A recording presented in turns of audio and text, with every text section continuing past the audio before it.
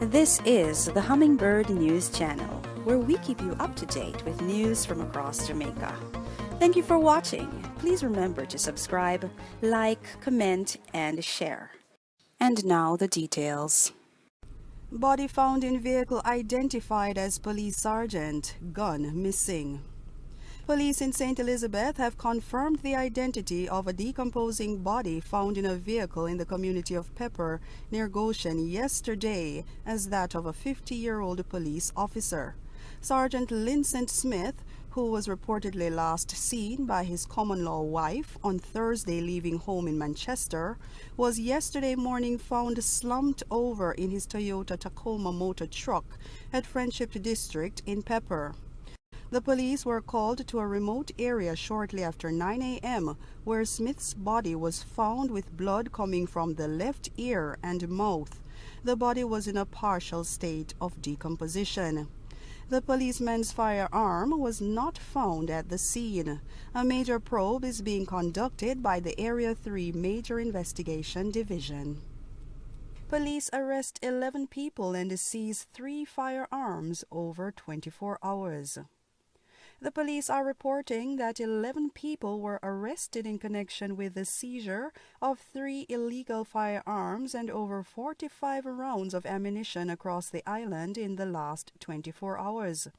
The police said one of the firearms, a Browning pistol with 17 rounds of ammunition, was seized in Westmoreland. 2 females were arrested in connection with this seizure. In St. Thomas, 2 men were taken into custody when a .45 caliber pistol with 1 round of ammunition was found in a vehicle during a stop-and-search operation. Meanwhile, a Beretta 9mm pistol and 14 rounds of ammunition was seized by police from the Kingston Central Division during a pre-dawn operation carried out on Eddy Lane. No one was arrested in connection to this firearm. A joint police-military operation in the Kingston East Division also led to the seizure of 15 rounds of ammunition and the arrest of 6 people. The police did not reveal the identities of the arrested people. However, they further appealed to the public to report illegal firearms by calling Crime Stop at 311, the police 119 emergency number, or their nearest police station. BPO employee dies in suspected drowning in St. James. A young man in his early 20s is believed to have drowned at a villa in Ironshore, St. James this morning.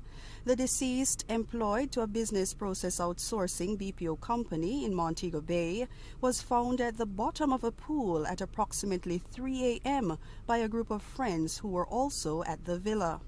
Efforts to revive their colleague using CPR, it is reported, proved futile. He was taken to the Cornwall Regional Hospital where doctors pronounced him dead. Reports from the police are that the BPO employee was part of a group that hosted a cookout at the villa on Saturday afternoon. However, after those in attendance left at approximately 5 p.m., a cleanup crew of 8 remained at the facility. Superintendent of Police Vernon Ellis said the young man was seen alive on the pool deck by a female friend who said she went to the bathroom, and when she returned, she could not find him. A search of the premises resulted in the location of his body at the bottom of the pool. It is believed that he fell asleep and fell over into the pool, said the police superintendent, who added that there was no visible evidence to suggest foul play. However, he was not ruling out anything as the investigations are conducted.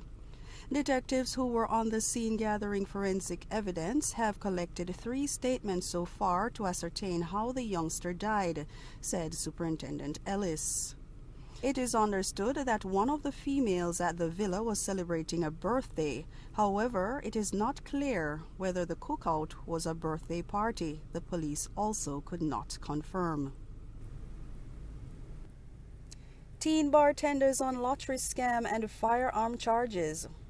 Two teenage bartenders were arrested and charged by the police when officers found a bag with a firearm, ammunition, and a paper with names, addresses, and telephone numbers of people living overseas during a raid at the business establishment in Westmoreland yesterday.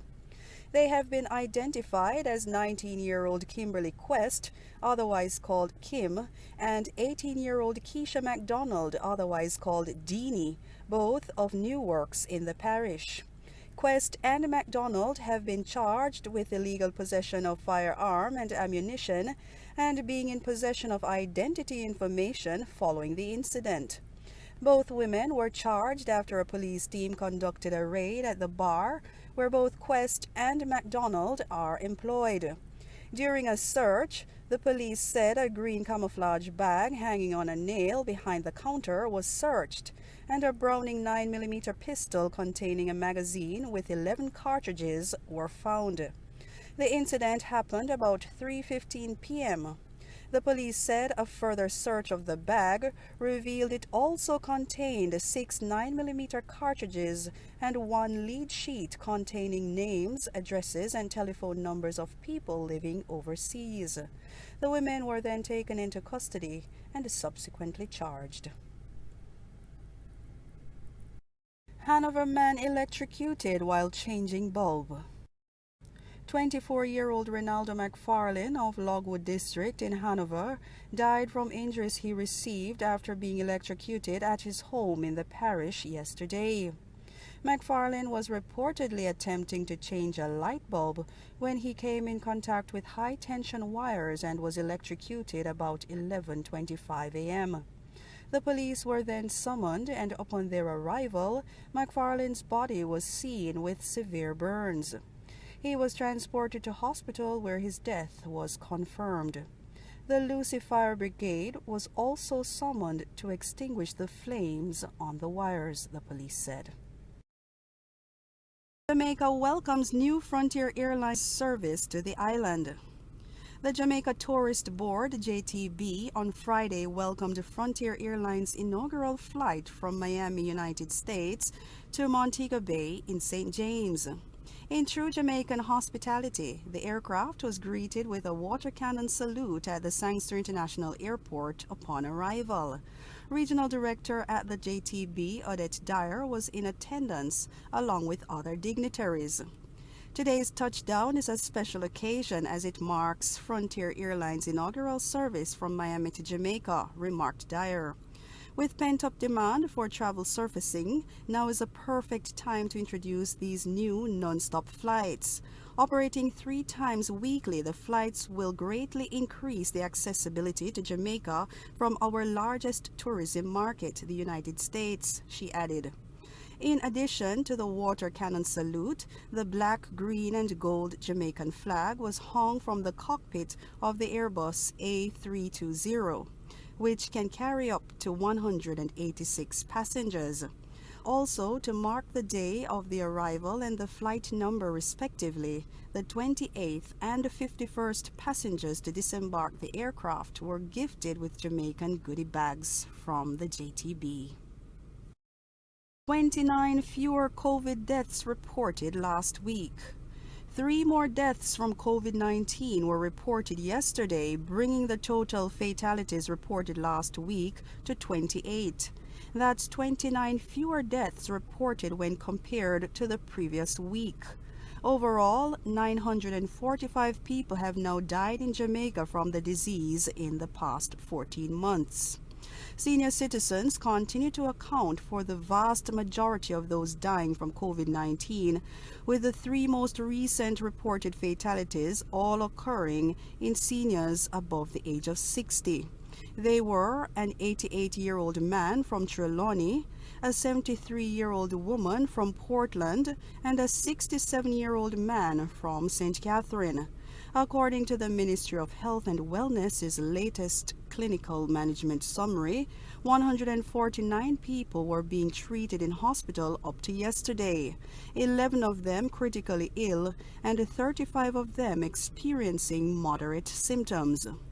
On average, last week the rate was 10% with a high of 14.8% recorded yesterday and the lowest. 6% reported on Tuesday as a stay-at-home order restricted persons to the confines of their premises on Labor Day, Monday. Of the 93 new cases of COVID-19 reported yesterday, St. James accounted for 30 of the new cases, followed by St. Anne with 20. The corporate area was next with 10 new reported cases of COVID-19. St. Thomas, for a second consecutive day, reported no new cases of the respiratory illness, while other parishes also recorded single-digit numbers of new positivities. Since March 2020, Jamaica has recorded 48,467 cases of COVID-19, with 51.7% of persons recovering from the illness. There are currently 22,096 cases of the disease in the country. And those were the stories making the news. Stay safe and have a pleasant evening. This is the Hummingbird News Channel, where we keep you up to date with news from across Jamaica. Thank you for watching. Please remember to subscribe, like, comment, and share. And don't forget to hit the bell so you can keep up to date with our new uploads. Until next time, be the change that you wish to see in the world.